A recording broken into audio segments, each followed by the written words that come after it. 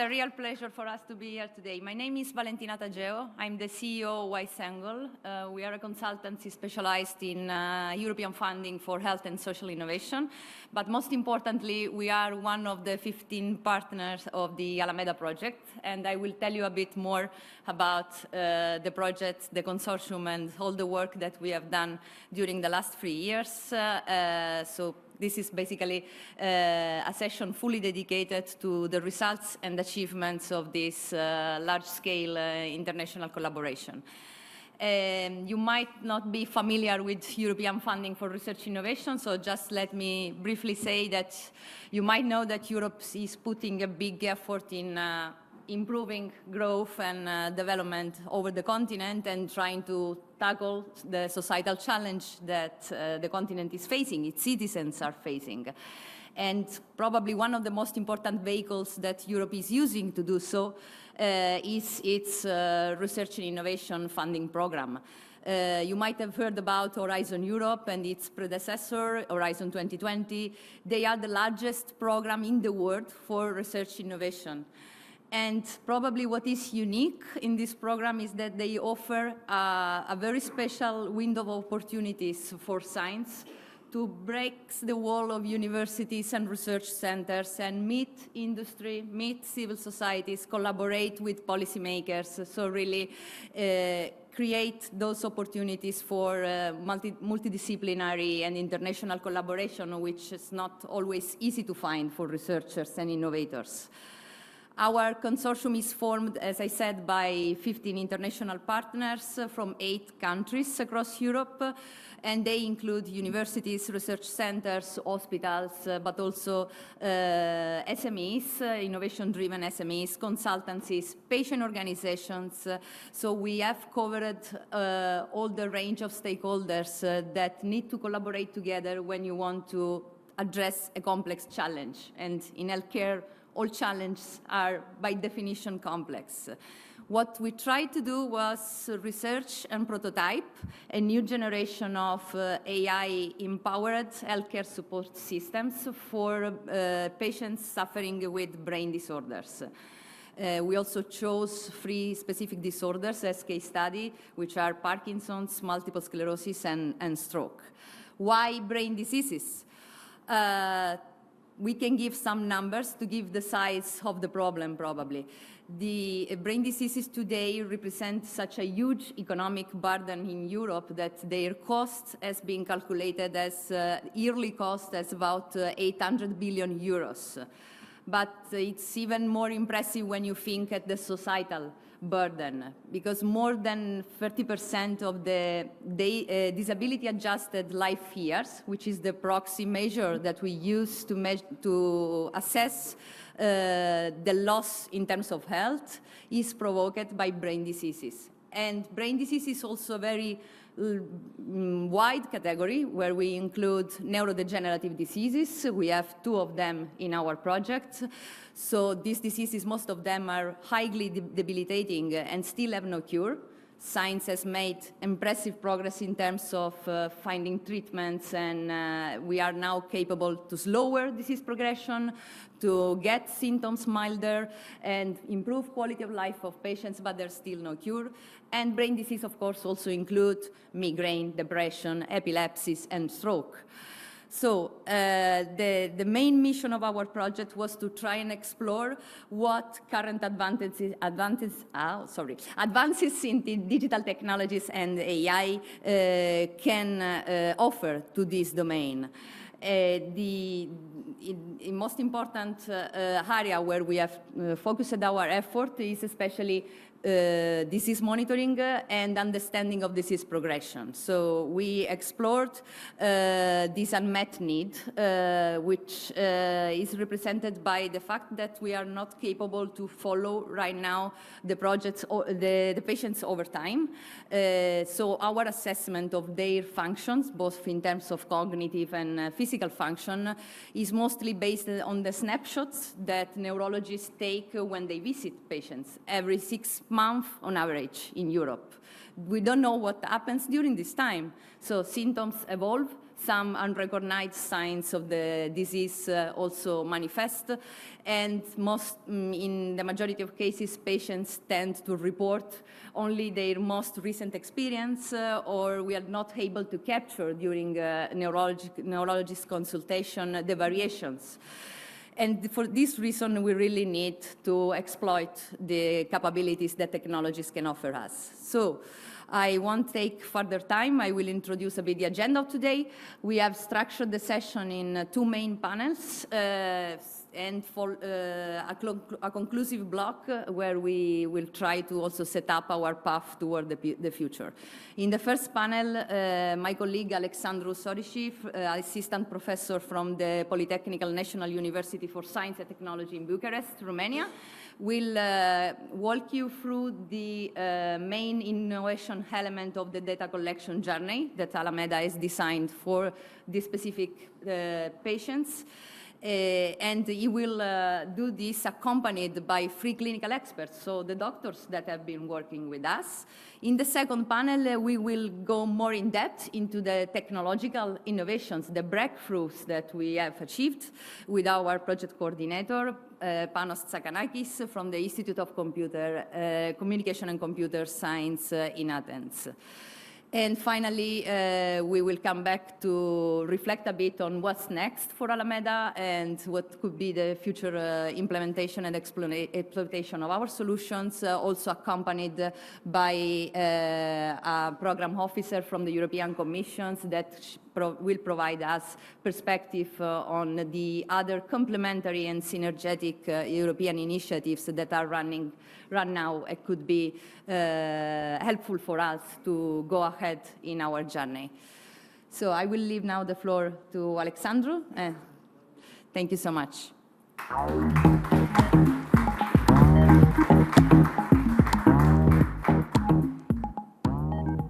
Okay, good morning, everybody, both physically present and joining us remotely. My name is Alexandru, and I'll be discussing today with you the aspects of the data, let's say, of the data collection journey that we underwent with the patients. I'll be joined in this discussion by the three members of our medical professionals who helped us conduct this the studies, namely Athena Ribigan, who's a senior neurologist at the University Hospital of Bucharest and who was in charge of coordinating the efforts for the stroke pilot. Ludovico Pedullà, who's a senior researcher with the Italian Multiple Sclerosis Association and who coordinated the efforts for the study on multiple sclerosis. And Nikolaos Papagiannakis, who's a neurologist and a researcher with the National Capodestin University of Athens, who coordinated the efforts for the Parkinson's disease project. No, where I'm moving. Okay.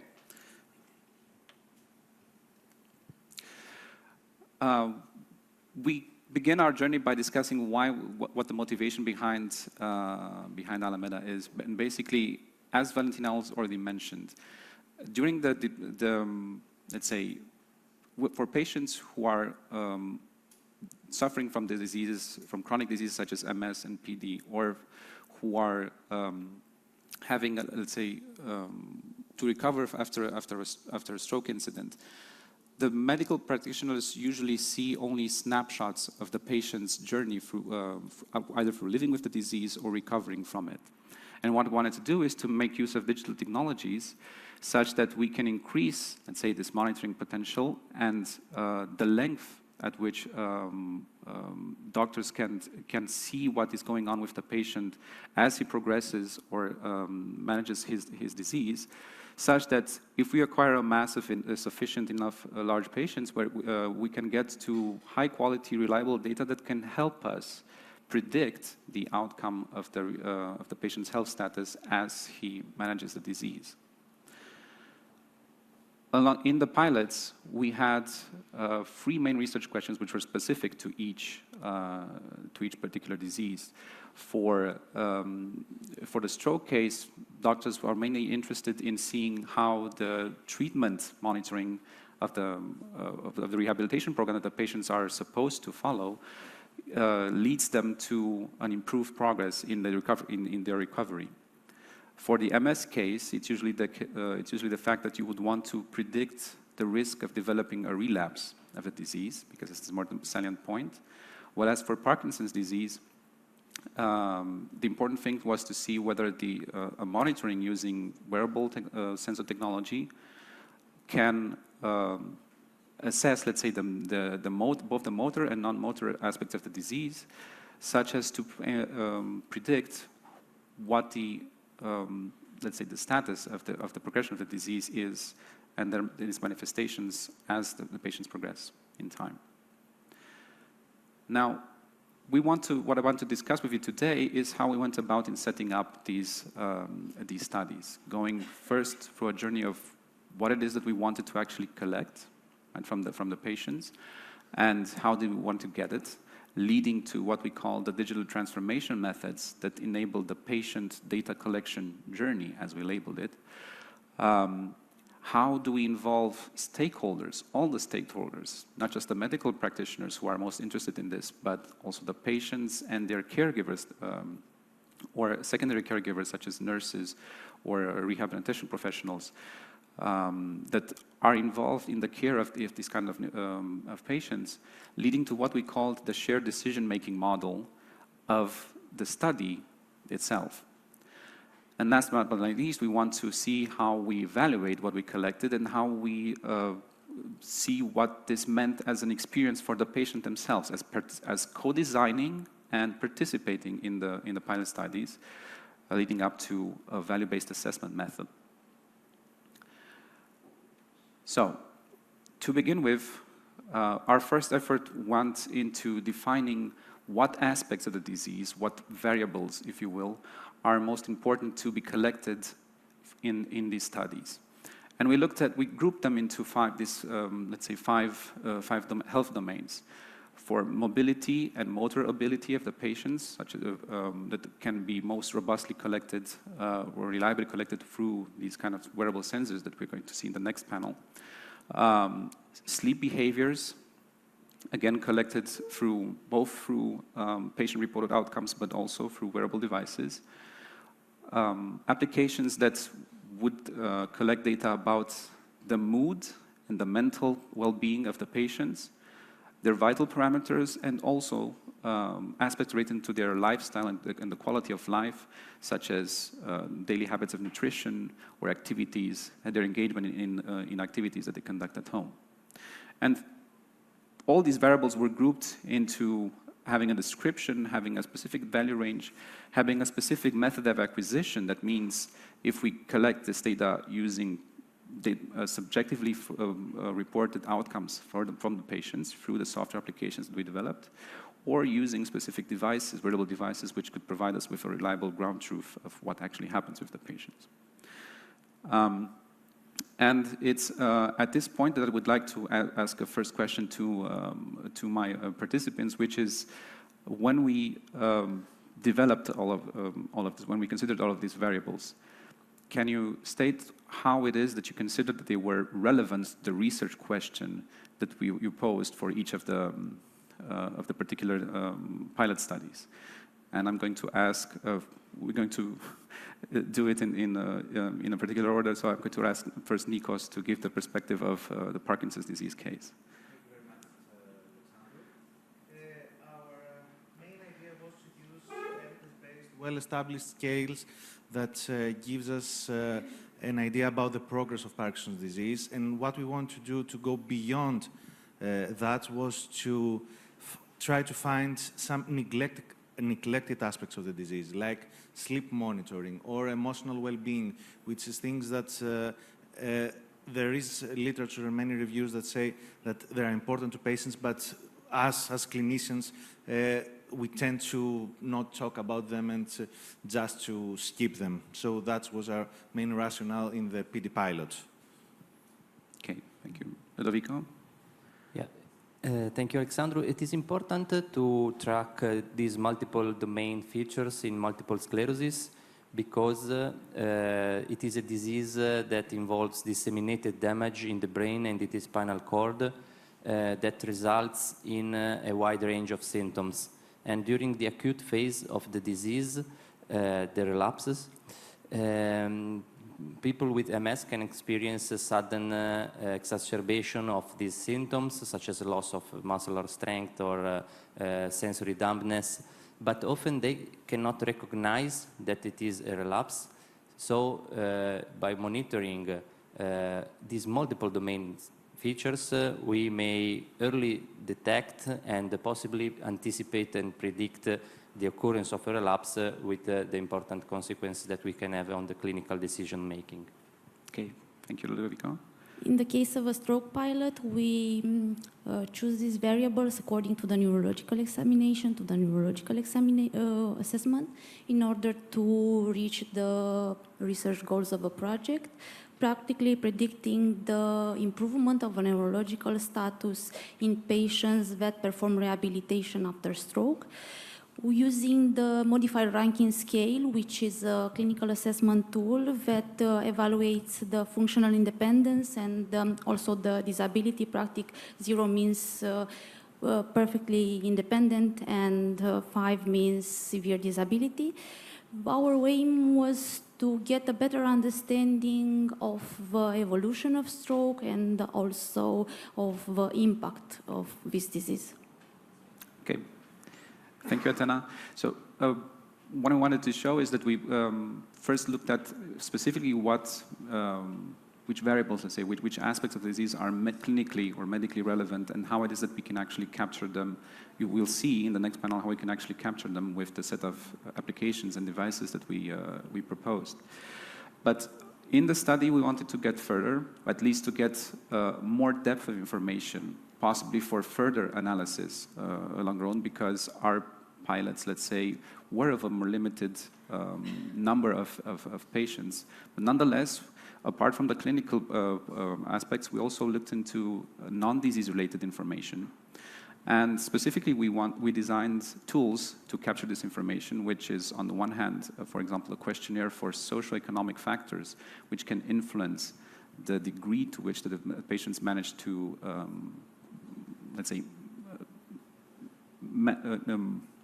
deal with their disease, depending on demographic data, residence, socioeconomic status, their medical history, and the correlation that this can have with aspects of their quality of life, such as, for example, measured by the PDQ-39 questionnaire, but also environment, just patient environment-related factors, for which, again, we had 2 tools developed.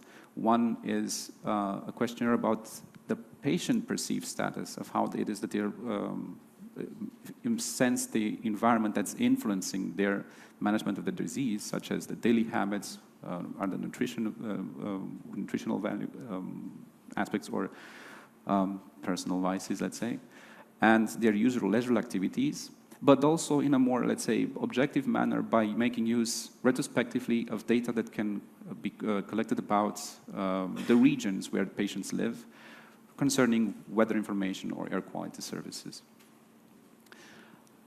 After all of this is done, what we defined was the schedule of how to collect these devices, which resulted into 2 monitoring streams, if you will. One is a continuous aspect, which mostly involved the patient-reported outcomes, which were collected using the software applications that we had set up. And the other was of a section of more intense monitoring, which resulted in use of the wearables, right, and having clinical evaluations at these particular milestones for each pilot project, where for about 1 to 2 weeks the patients would wear the additional wearable devices and go through a specific protocol of data collection for each, which was relevant to each pilot study. Now, we managed to do all of this, but in defining to do the let's say the data collection journey, we wanted to be, as we said, participatory. So to involve all the stakeholders which have an interest in how the study is set up. To do this, we set up a so-called engagement coordination team, which oversaw that the interests of each stakeholder were actually represented in the development of the studies. The ECT coordinated free, let's say, local community groups which were responsible for gathering the interests at country level, at each pilot level, for multiple sclerosis in Italy, for Parkinson's disease in Greece, and for stroke rehabilitation in Romania.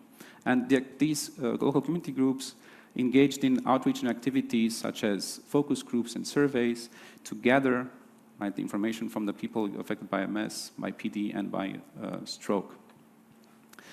And this led us to develop what we call the Alameda shared decision-making model, which doesn't relate specifically to treatment, in this case, but rather to how we set up the studies, the research studies themselves.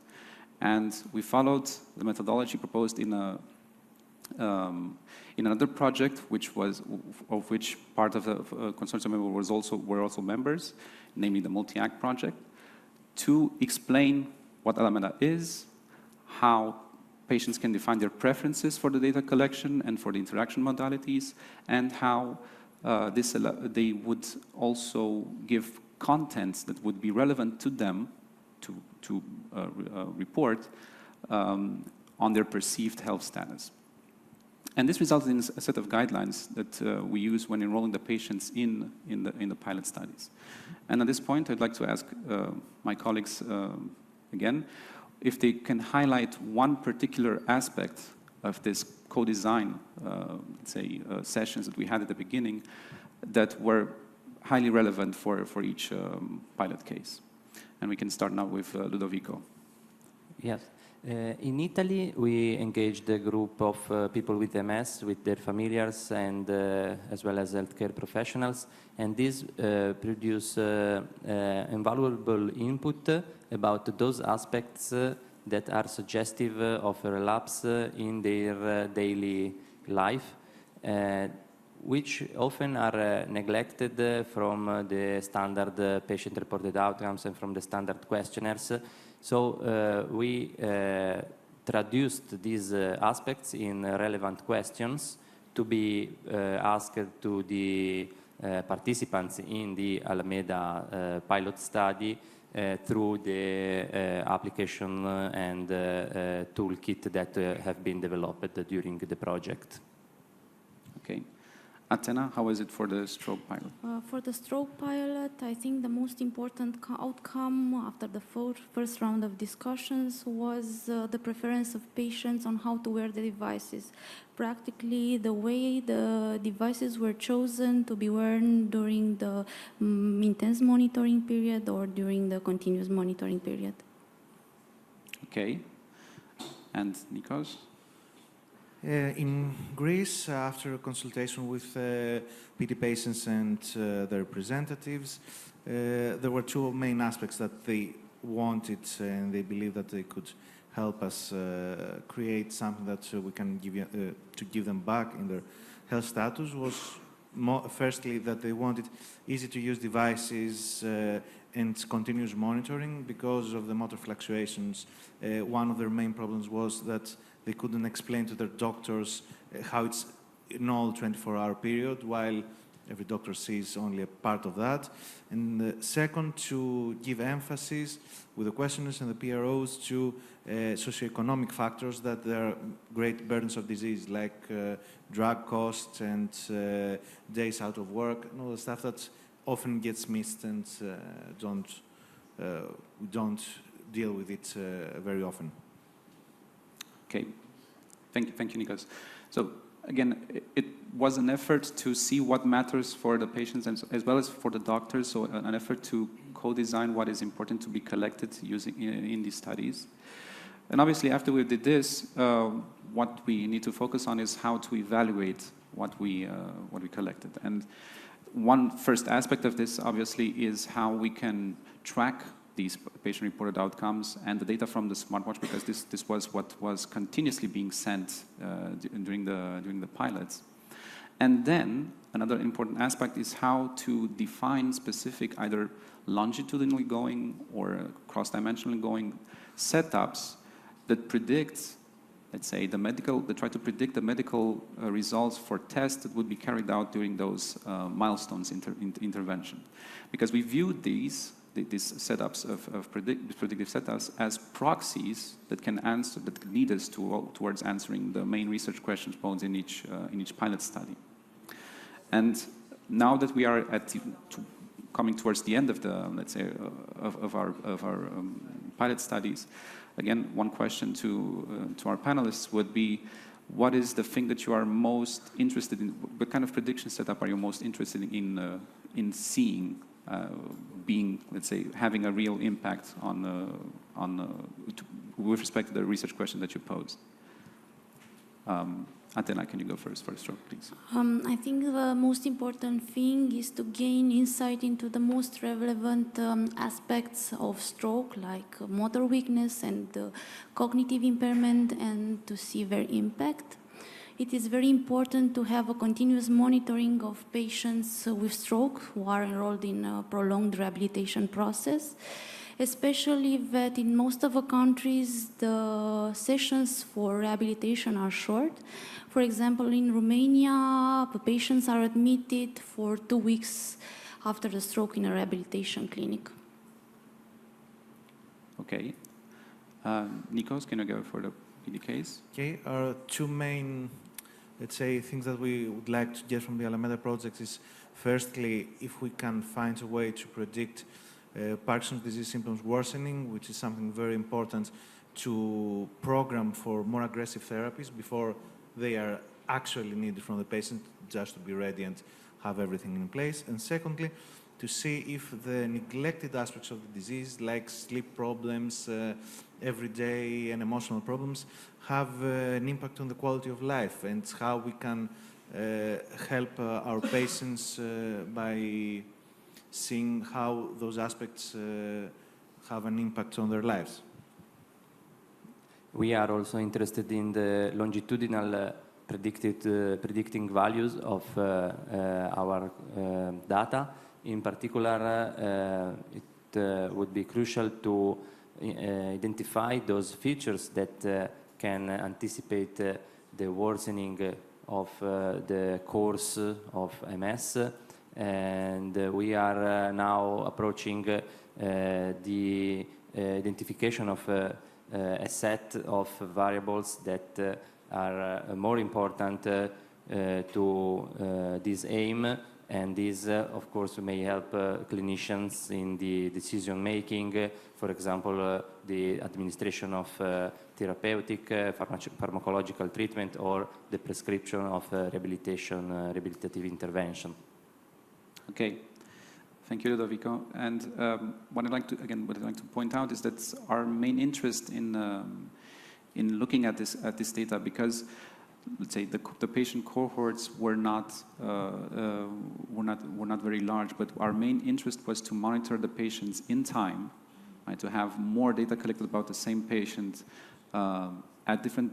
for 1 year of length, and then identify exactly what part of the data is most predictive for, can be most saliently used to predict questions of interest, such as the ones that my colleagues mentioned. Apart from that, we can use the wearable data in different methods, in different ways to predict, let's say, or to identify things that matter for the doctors. For example, you can use wearable devices to detect whether patients are actually executing their prescribed rehabilitation treatment for rehabilitation exercises for the stroke case, right?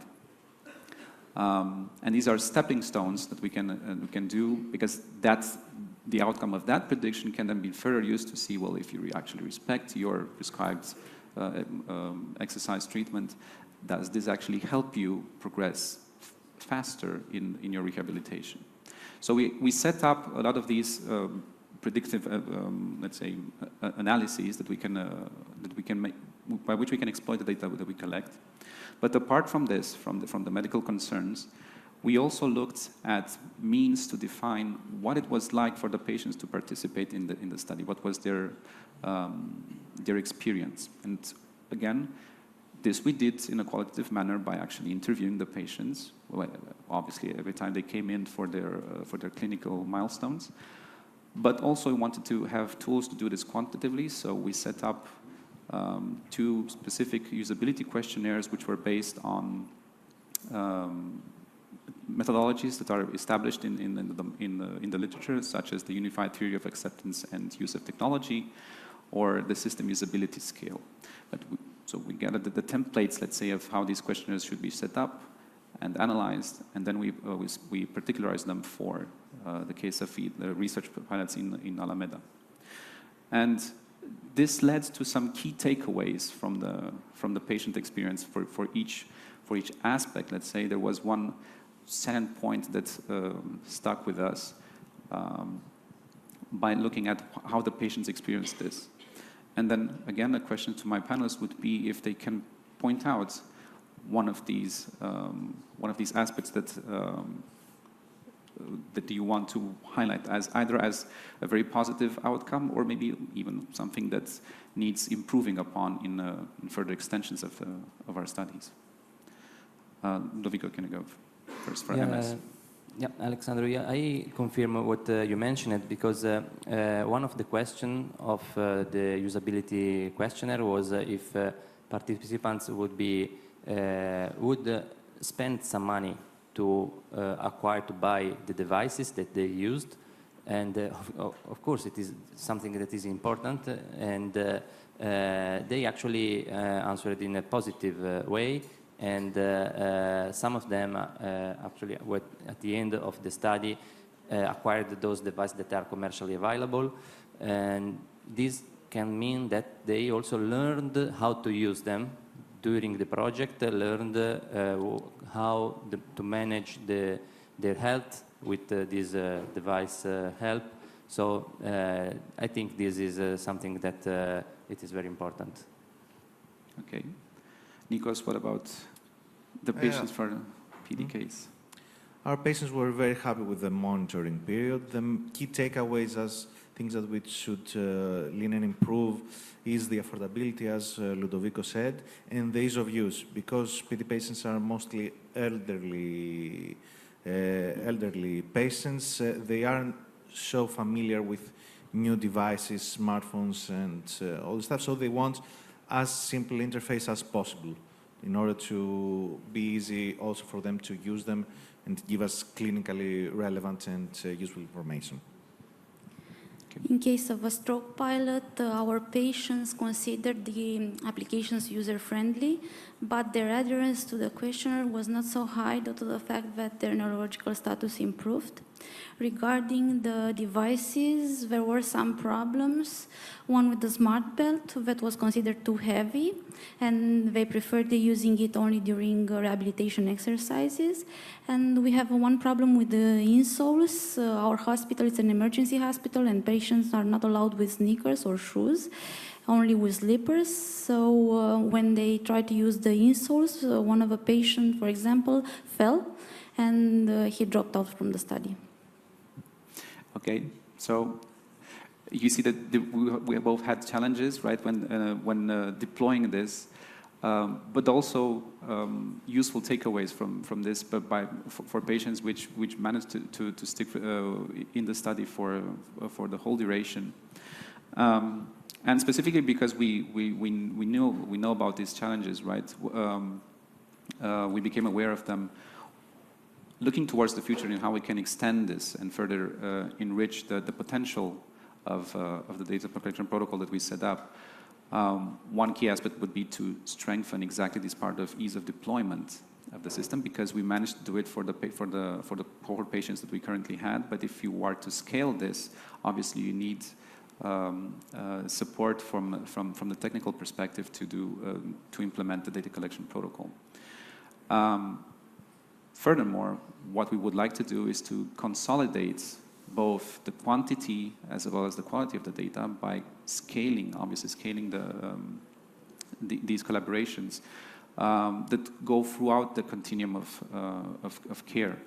For example, for stroke, it would be really important to deliver this to rehabilitation centers, right? Because they're the ones that do the actual monitoring after the patient survives the stroke incident.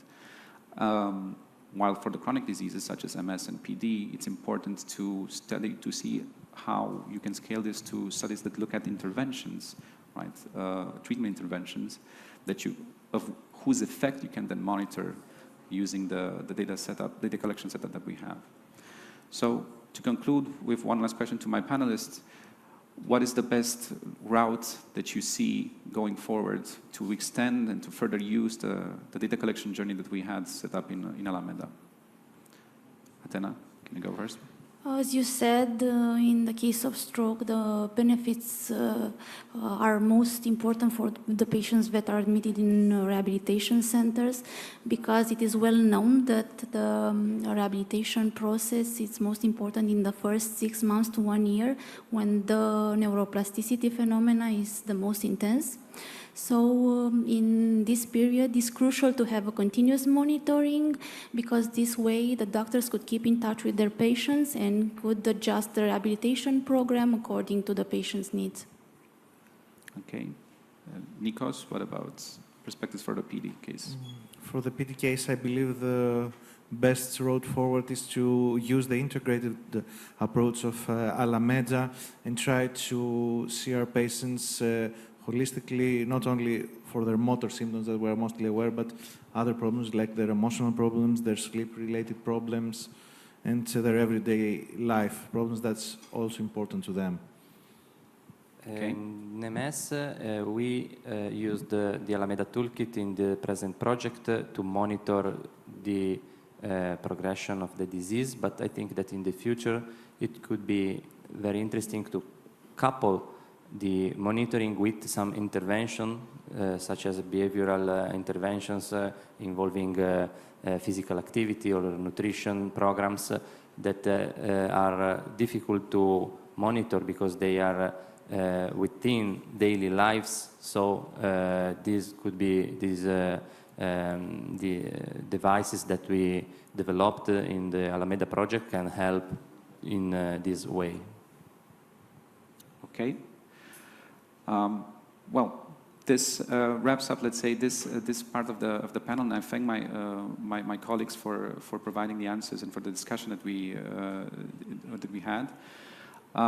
What we're going to do now is we're going to the panel to go to the next panel, which will be presided by my colleague Panos, who not only was, let's say, the main coordinator of the entire project, but who had the main focus of looking at the technical aspects of the Alameda project, which allowed us to collect and to analyze the data that the data collection journey that we have set up. So I'd like to yield the floor to Panos.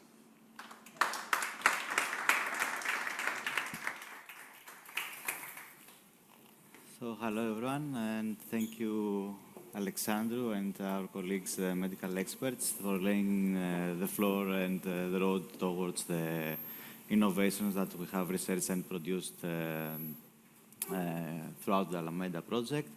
I would also to introduce our colleagues, my colleagues, Christodoulou from Catalink, a machine learning researcher, Ioannis Ladakis, a research assistant at Wellics, and also Ioanna Sasilioglou, an associate researcher at the Information Technologies Institute and Center for Research and Technology of Greece. Then we can forward to the actual presentation. We'll go a little bit more in depth to the innovations that have been researched and developed throughout Alameda, the breakthroughs, the technological breakthroughs, in order to enable the more efficient monitoring of the patients and to provide tools for the assessment of the brain diseases, progressions, and status of our patients.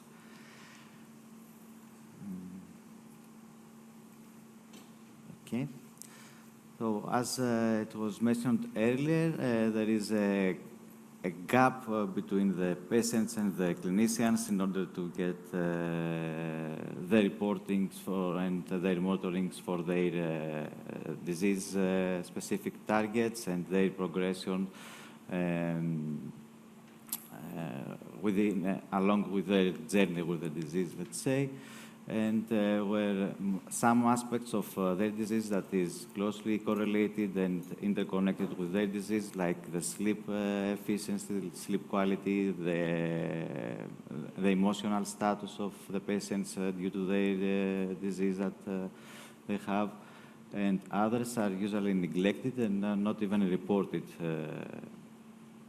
to the doctors, so they don't have a clear image of how all this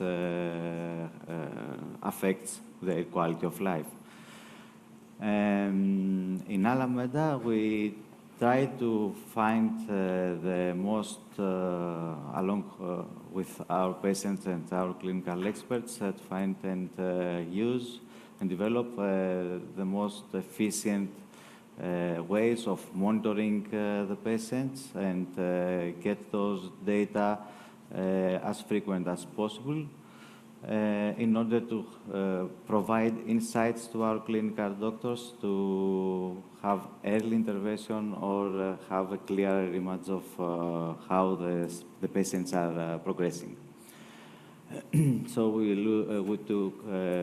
put a lot of effort in researching also innovative analytical methods to mainly address the three questions that have been defined by our medical experts, and in the case of the Parkinson's disease, the meaningful worsening of the disease.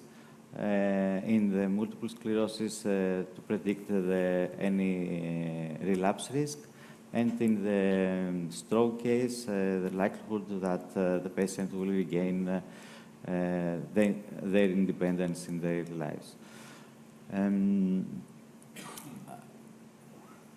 So in order to surpass all those barriers that the current monitoring process has, we developed several mobile applications and apart from others, sensors, wearable sensors from the market that are available in the market, we also developed two prototype sensors. One is a new mattress topper prototype by Enora that will help us,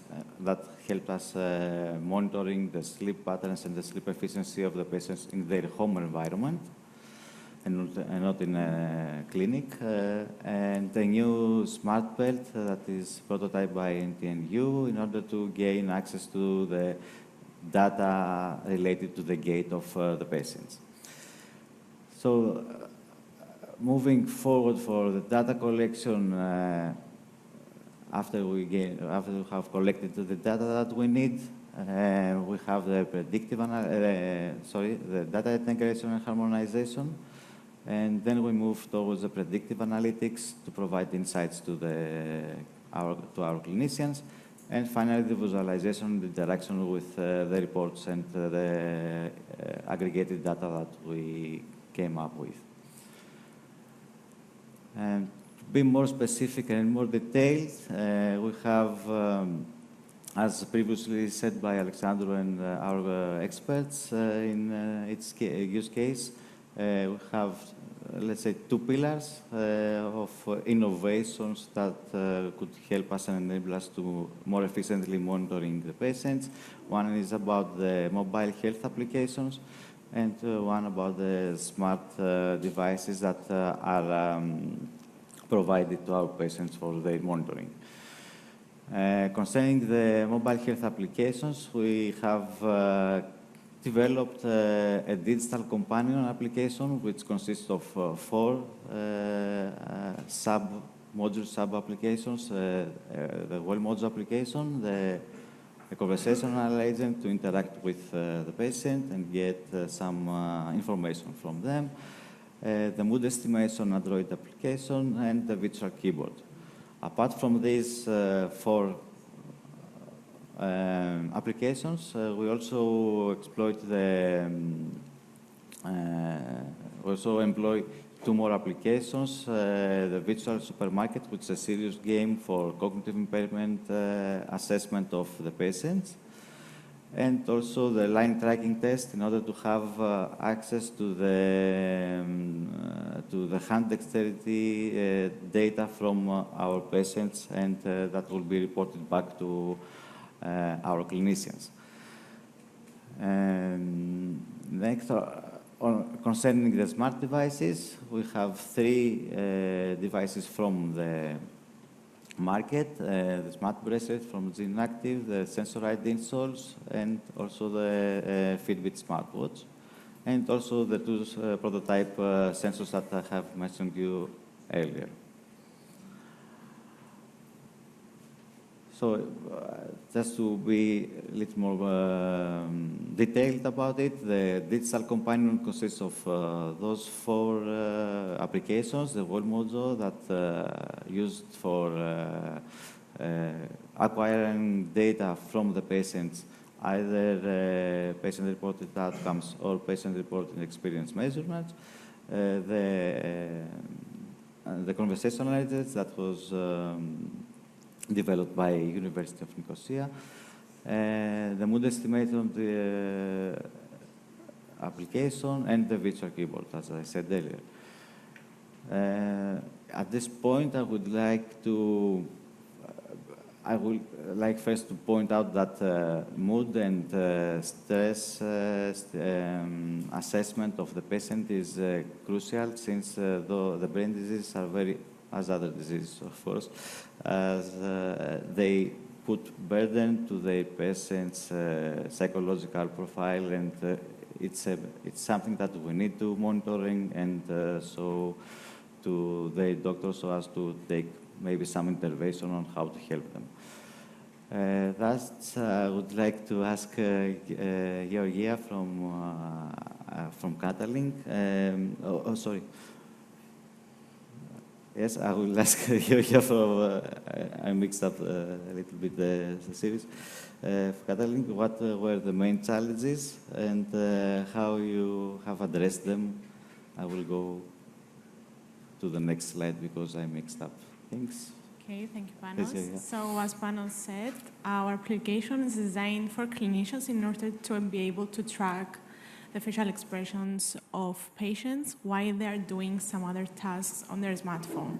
So we enable them to monitor the mood of their patients in a regular basis remotely. So the application runs as a background service while the patients are filling in medical questionnaires provided either by the chatbot developed by University of Nicosia or Wellmojo that will be presented in a while. So the application can assess and categorize the facial expression, can give an estimation of the facial expression of the patient, either in a mood of negative, neutral, positive, or other mood. So in the next slide, we can see, Panos, if you will, the next slide.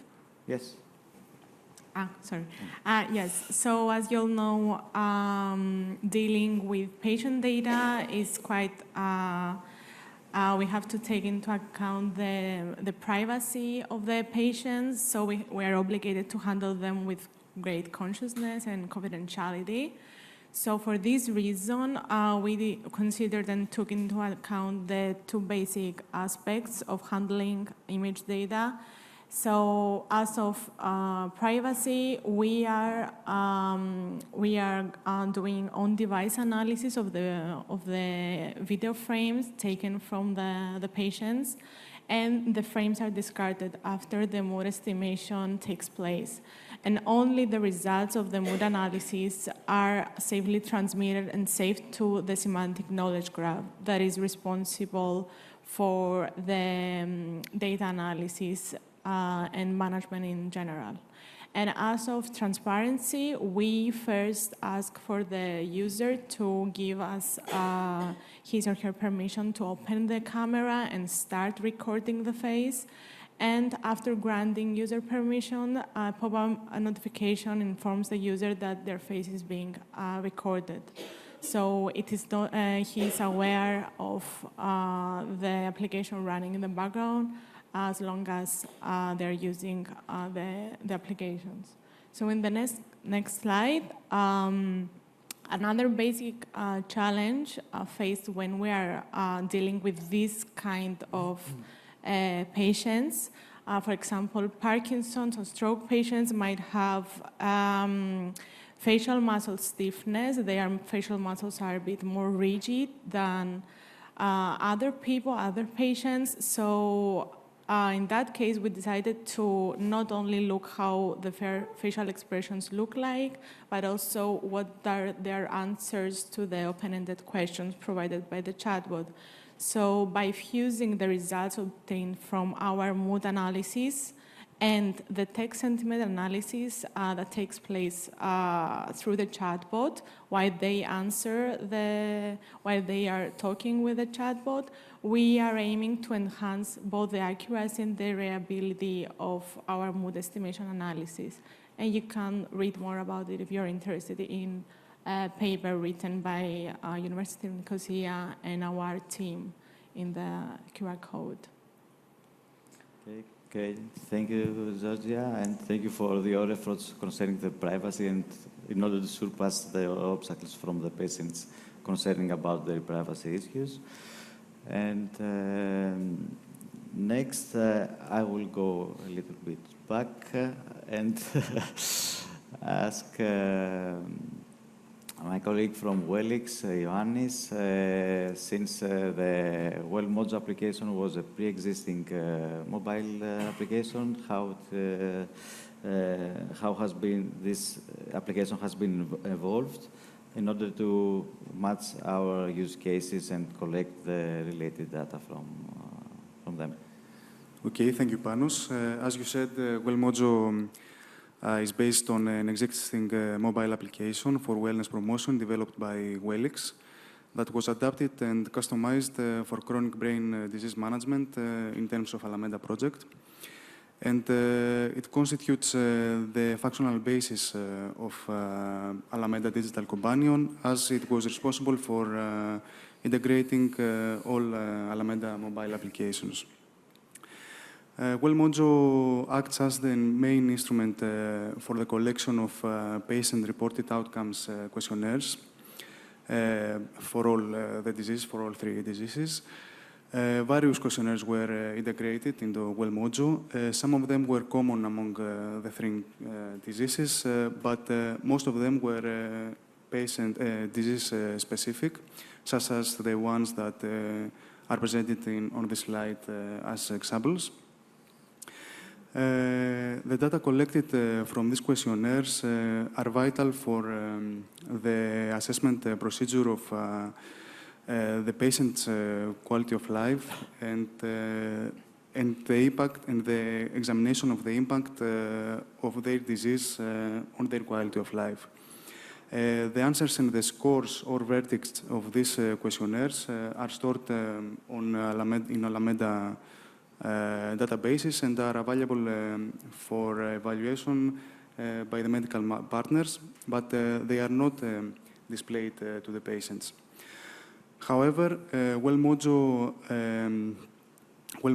incorporates the visualization of data from Fitbit devices. More specifically, WellMojo offers the capability of in-application pairing with a Fitbit device, a smartwatch. And this allows us to retrieve data regarding related to the physical activity and the sleep of the patients. These data are displayed via the mobile user interface to the patients in a graphical manner, including also historical data that allow the patients to observe their progression over time.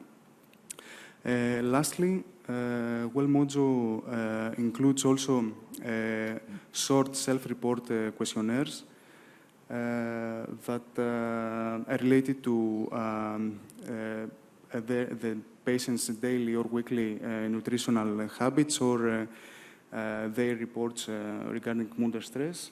And this data can also be displayed via the user interface.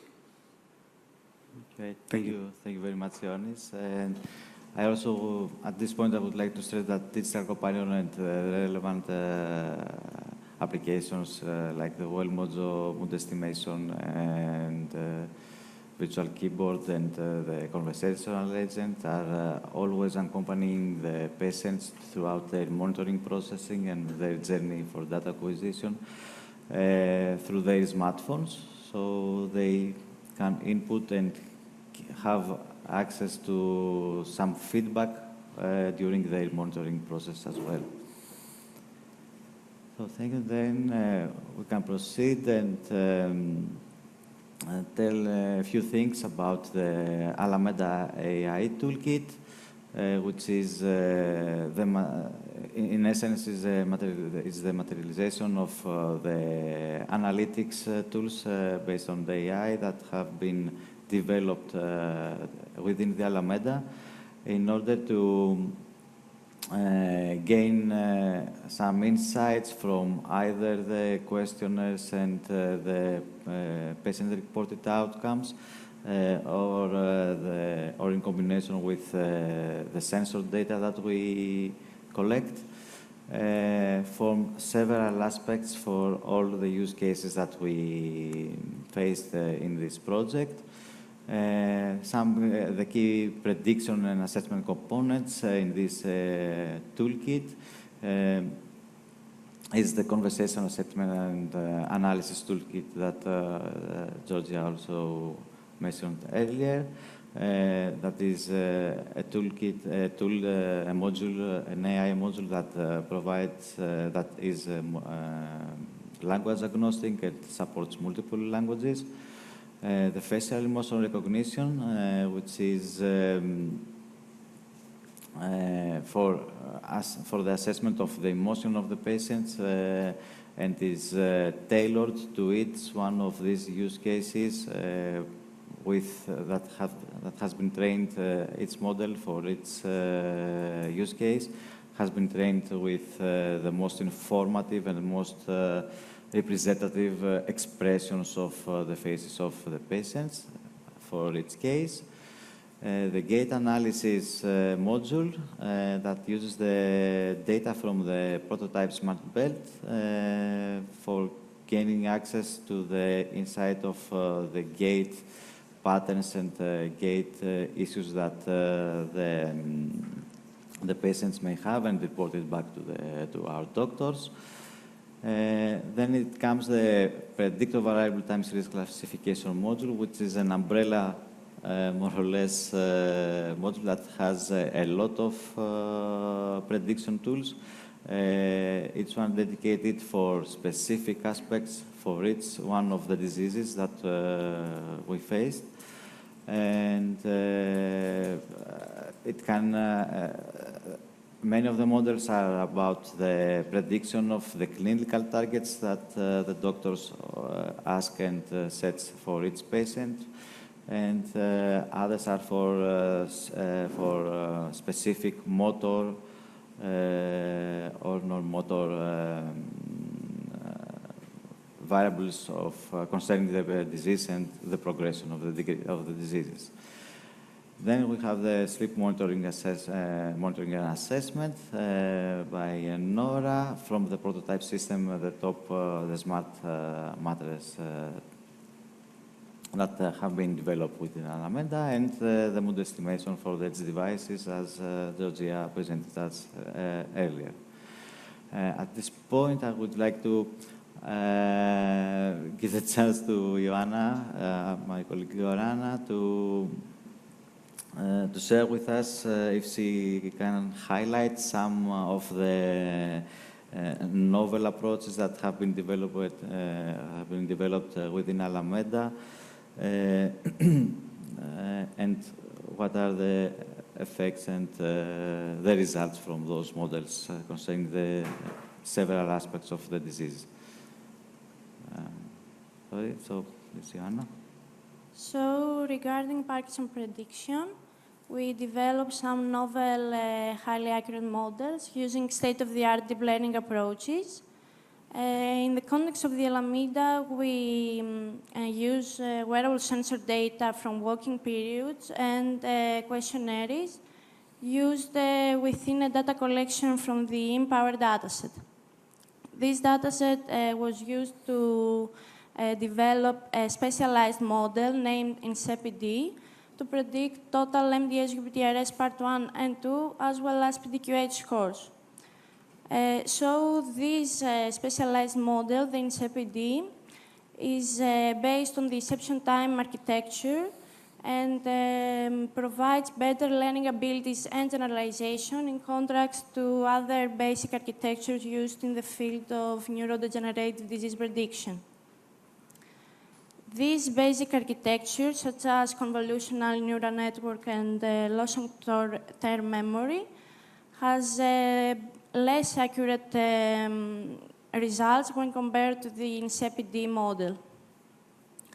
So the INSEPID model significantly enhances the assessment of Parkinson's disease stages and can use accurately for predicting crucial questionnaires used by medical experts.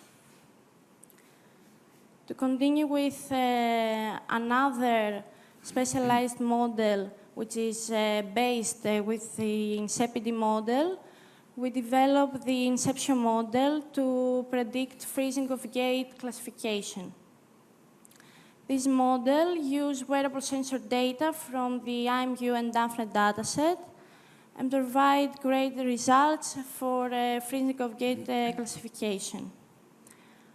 Our promising results suggest that with further optimization, this model could have a great effect for Parkinson's disease prediction.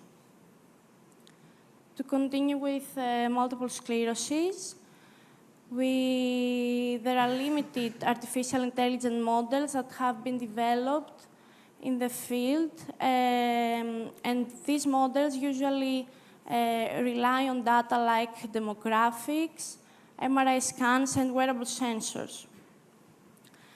In our case, we used patient-reported data from the PromoPro-MS database, which is provided by the Italian Multiple Sclerosis Society Foundation and consists of multiple data with about 300 patients with relapse-remitting multiple sclerosis.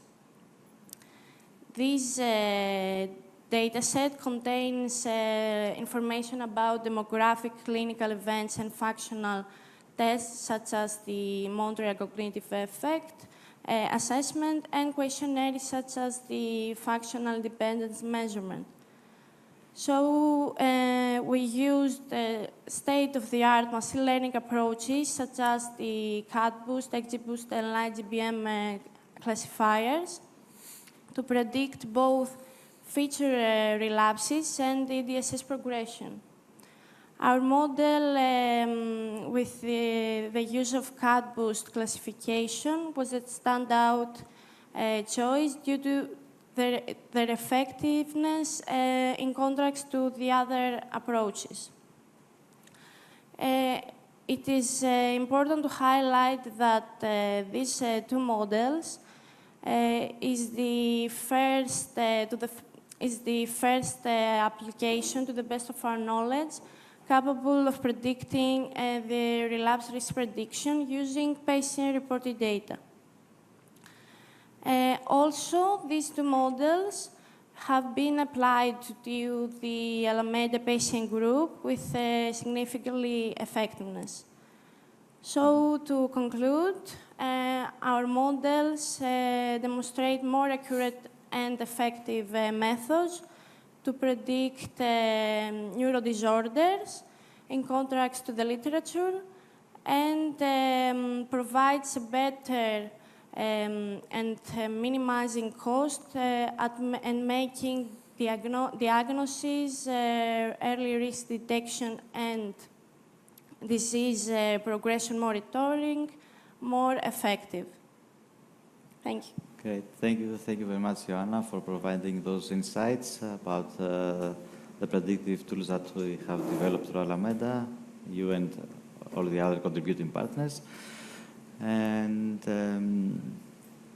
next, following the predictive analysis of our project and the modules that constitute the Alameda AI toolkit, I have to say a few words concerning how those aggregated data and reports are managed throughout the Alameda ecosystem. We have developed a specialized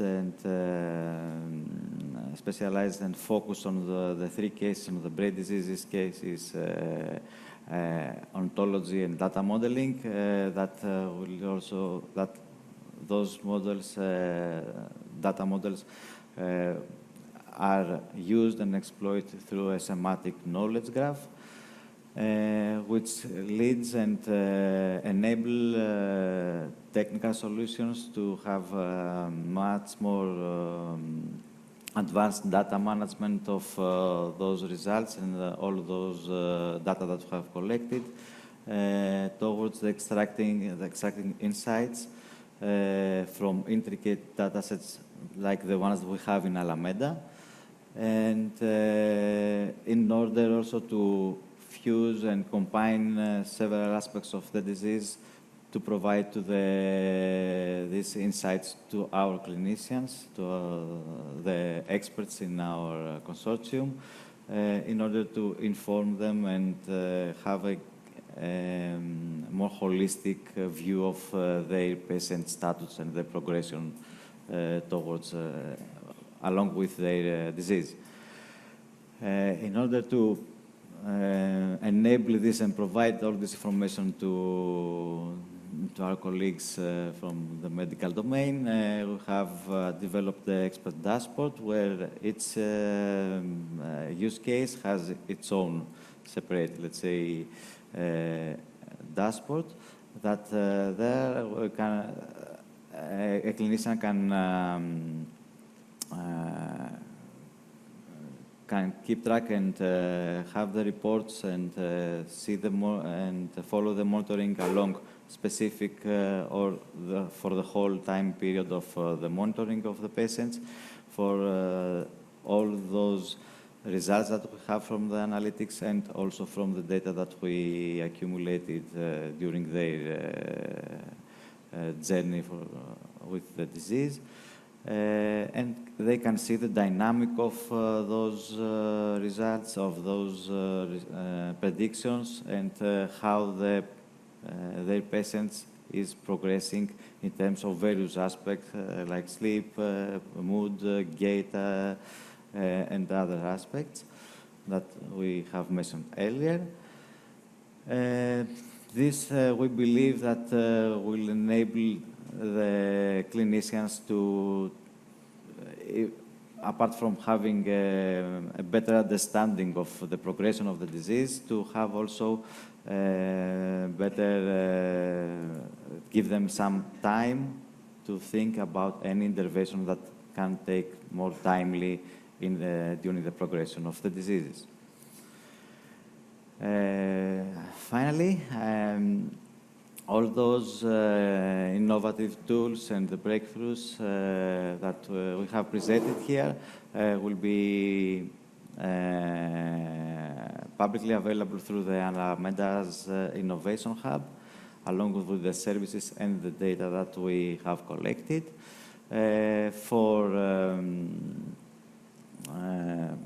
The Alameda Innovation Hub is a community hub that is conceptualized excuse me, to gather and share AI solution in order to have an earlier detection of the changes and the dynamic changes of the health condition and the better and more towards better and more personalized rehabilitation and treatment plans for each patient individually. So apart from our offerings, the data and the services from Alameda. Third parties can also log in and upload their own data so as to gain publicity and interact with other researchers, with other SMEs, their applications also.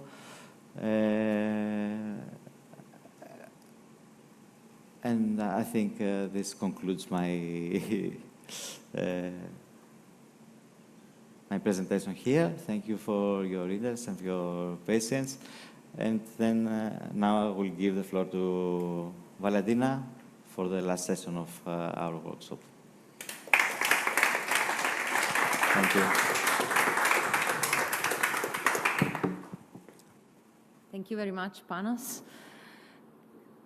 I will now introduce you our final slot. I think that you have had quite a very quick sense of 3-year-long work done together. So we have tried to condense in a nutshell the main innovative elements of this project. But it's, of course, true that every kind of tools and methods that we have developed are published and in the literature will be available on this hub. Science openness actually is one of the key principles of collaborative research in Europe. So we want to share our results, work together towards answering other research questions and possibly also find new public-private partnership opportunity to develop further our prototypes and bring them to the market. So the hub will be polished and ready to go, but it's already online by the end of the year, which is also the final months of our project. I will now have the pleasure also to introduce you a representative of our funding authority, so who has made this possible, basically. So we will have an online speech from Bianca Paluzza. I hope I'm pronouncing her surname well. Bianca is a program officer from the European Commission, from the Directorate General of Communication, Network, Content and Technologies, and specifically the unit dedicated to e-health, technology and aging. So basically the unit in the Commission that is developing the policies and the funding lines for digital health and accompanying chronic disease patients with innovative and assistive technologies. So I will give the floor now to Bianca for a speech. I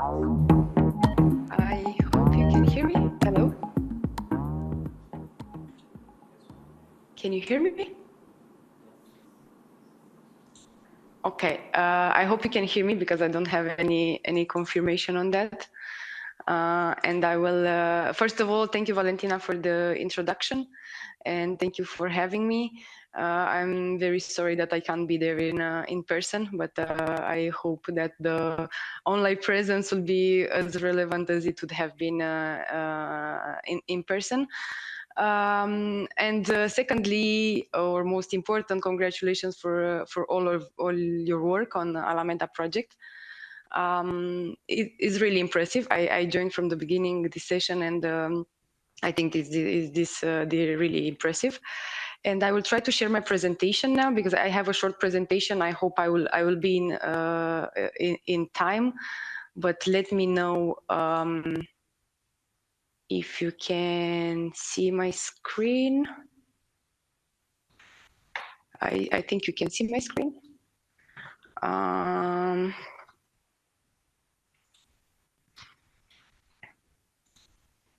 Just a moment. Okay. Yeah, as Valentina was saying, I represent the unit on e-health, well-being and aging. And I think this is a nice opportunity to really connect with the projects. We are in charge of policy, mainly HADEA is the agency is in charge of coordinating the projects. And I think this is way of feedback to policy and to see what's happening on the ground with the project. So thank you again for having me. I think one of the questions I had in my mind when preparing for this dissemination workshop was towards what we are going, or what is the future. And I believe that continuing or using the results, using the results of the EU-funded project is important in order to really benefit the patients, the community, or the health systems in general. And what is important to emphasize, and I think you will hear all that a lot from the Commission, and we really mean it in terms of comprehensive approaches. And I put here some elements that we see that are for the future. But for example, I don't think we can talk about quality of life for the patients if we don't cover equitable access or improved access for everyone. Then we can't talk about access if you don't make sure that we have and we use a regulatory framework. And I think that the most important of them all, I think we can't talk about any of the elements I included here if we don't talk about collaboration among all stakeholders. And the European Commission is totally supporting somehow the creation of collaborative ecosystem among all stakeholders. And we aim to facilitate the creation of frameworks or platforms that bring together different communities and to enable conditions for collaboration, which hopefully will lead to tangible outcomes. And we know that in healthcare in general, or in health, multidisciplinary and multi-stakeholder collaboration is essential. And we need to ensure citizen and patient needs. We need to ensure that these needs are met in equitable and balanced ways, and to really without creating new inequalities or biases or discrimination. And I think that the main question for the European Commission in this dissemination workshop was how the work done by Alameda could fit in the broader European policy context. And I think that Alameda overall has tackled one of the most challenging, but also one of the most important medical fields, which is brain disorders. And as we all know, the European Commission has continuously supporting the research in this field, and it's not started, but really emphasizing the funding with the Human Brain Project, which started in 2013. And I will somehow talk a little bit about it in the next slide.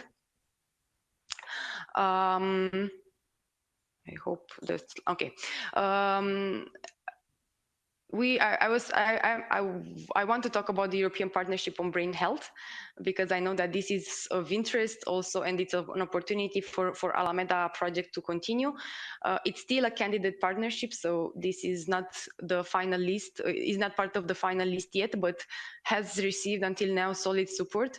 And the aim of the partnership is to accelerate the delivery of preventive, diagnostic, therapeutic, and care solutions to really foster brain health for citizens and patients. And including a better understanding of how the brain functions. And the three use cases of Alameda, the Parkinson's disease, the multiple sclerosis, and the stroke are also covered by the partnership, which is important. And what I want also to emphasize is that the partnership won't start from zero. So already existing initiatives, and we have here the Human Brain Project, as I was talking about, the EU Joint Program for Neurodegenerative Disease Research, and also the Network of European Funding for Neuroscience Research, Neuron. They are the basis for this European partnership. And somehow these projects have paved the way for this partnership for the moment. They also facilitated the management of the initiatives, the complementing national funding pots with common pots, and also gap filling and national budget mobilization. And here the Human Brain Project, I think, is one of the maybe most important, because is at the interface of computing and neuroscience, and it's a major driver and has made powerful supercomputing available for the research community at large. And why I'm talking a lot about the Human Brain Project is that also it has generated the most detailed atlas of human brain, integrated data from multiple scales and modalities, and it has some achievements that they are the proof of actually continuing such work. For example, has taken the brain simulation to the next level. I mean, advanced approaches of computational brain modeling and simulations have been scaled up, representing brain mechanisms from the smallest level to the whole brain. For example, the virtual brain developed within this human brain project is a personalized simulation engine for epilepsy, which is now in clinical trials, so by the French states, in France. So it's currently running in many hospitals. So it's a proof that it can be scaled up afterwards. Also, it has developed new methods to measure and distinguish different states of consciousness during on brain level, from awake to sleep, to anesthetized or impaired due to brain injury or disease. And also detection of conscious in coma patients is now in clinical trials. So another example. And I think that also as a major contribution, Human Brain Project has designed e-brains. I added there e-brains, which is the research infrastructure to provide the scientific community with cutting-edge data and tools for virtual experiments, to develop and share knowledge and to accelerate brain research. And also e-brain is also contributing to the European health data space, and you will see next why I'm also mentioning this. And I think that the opportunity for Alameda on European Partnership on Brain Health in general is that the work on the European Partnership on Brain Health is for the moment supported by a coordination supported action. So it's a CSA funded by the EU, which is coordinated by these three projects that you see on my slide. And during the development of the partnership, which would mean establishing the governance, but also the innovation and the strategic agenda, they will do huge and public consultation with all stakeholders. And I think that Alameda can really contribute to these public consultations to also maybe include part of their results if clinically validated, or depending on what type of contribution do you want to have. And also, I think it's super important, if not yet, to liaise with these projects. Next, I was mentioning the European Health Data Space. And the opportunity of Alameda is also the proposal. We know that it's still under ordinary legislative procedure, so it's not yet adopted, but it will also be an opportunity to, I don't know, for example, for data collection also in the hospitals or with the clinicians that we have been working with for the monitoring of the patients, can also be inputs for the in the context of HDS, because on one hand, we want to enable individuals' rights to access their personal data, but also to have data from the healthcare system or from other sources that can be also used as secondary data for research, maybe. So this can be also another opportunity for Alameda. And I was mentioning before the Human Brain Project, which we think it's a precursor and an important basis for developing virtual human twin systems for medicines and healthcare. And because we are talking about future policy context from the European level, the virtual human twins is one of the major initiatives of the European Commission and of us in Connect.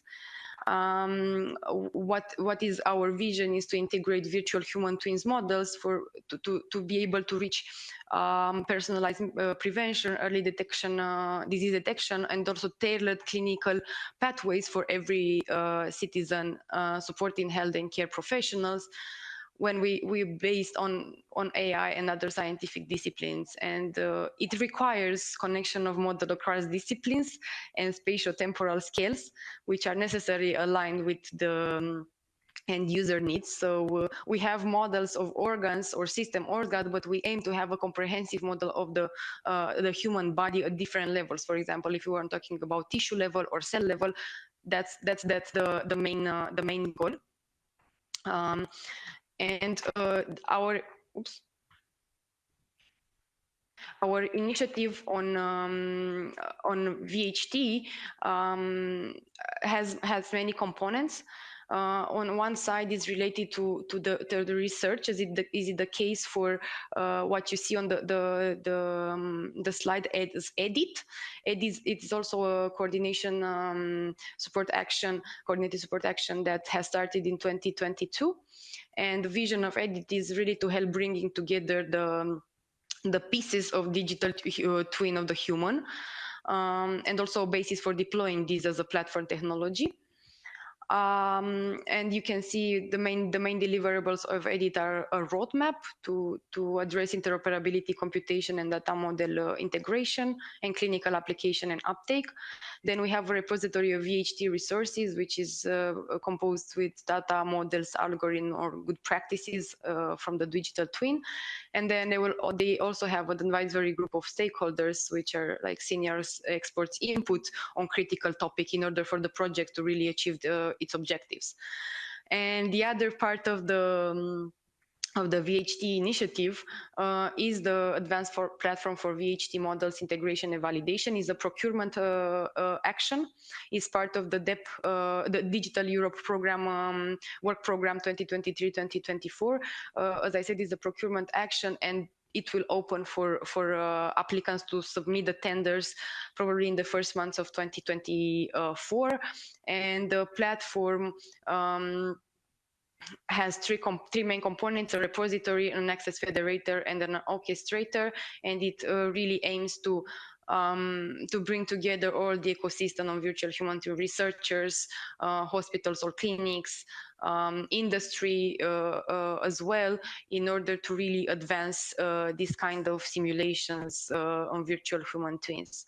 And I think that specifically related to Alameda purpose, is a very important use case for the virtual human twin is modeling the onset and progression, treatment, and recovery from brain diseases, and their links with, for example, musculoskeletal disorders. And we have here the Parkinson disease as one of also your use cases. And I was mentioning the importance of collaboration, and that you will hear a lot from me on collaboration.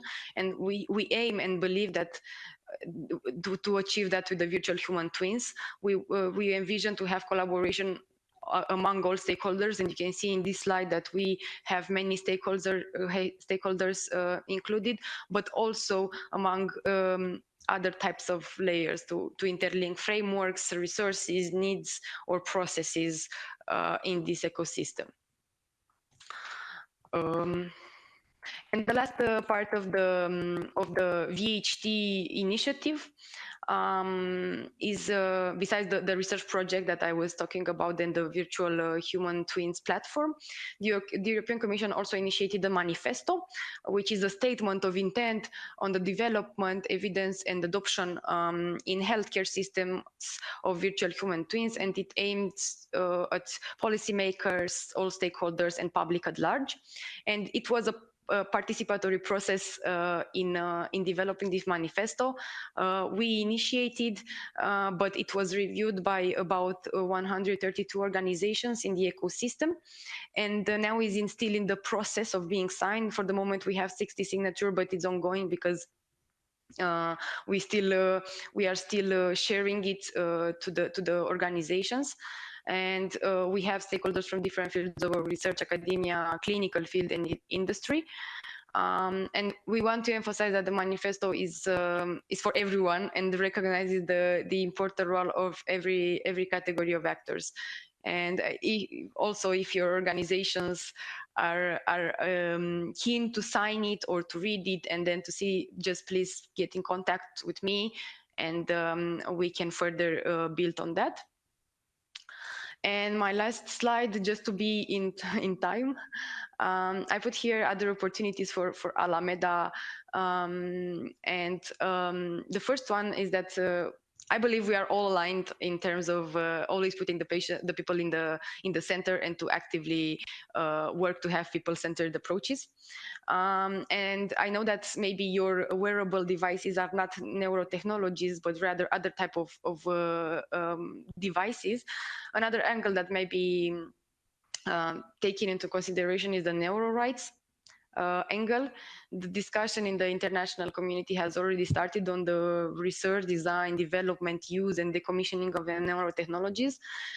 Specifically, there are person rights and privacy implications that needs to be taken into consideration in terms of both physical and mental effects on individuals and the broader public health consequences. And the discussion is about what is for the neurotechnologies that are being used for the moment, what is, for example, how do we protect the independency of thoughts, or other data protection, especially for health data, which is sensitive health data, that needs to be taken into consideration. And it might be an angle that you want to talk about, or to think about, especially if you think in the future to use also other wearable devices. And the last one is the innovative health initiative that can be useful. And I think Valentina was talking about public-private partnerships. And this is an example of a collaboration between public and private entities. Of course, the topics have been published, but are still under draft. They are still being developed. But one topic that might be of interest for Alameda purposes is the single stage call, which is called clinical validation of biomarkers for diagnosis, monitoring disease progression, and treatment response, especially because from your presentation, I understand that the aim is also to validate your indicators or your markers. And that would have been that's all for me. I think that one thing that I would also suggest, also based on my experience of working in the in a Ministry of Health, so at the national level, I think it's also important to really collaborate with policymakers and with regulators to widen the use of this kind of methods or methodologies or technologies at the national level, and also to cover the part of affordability and equitable access. And I think here it's also the maybe in the future the discussion about reimbursement of this type of solutions. And that's all for me. I hope I was in time, and thank you.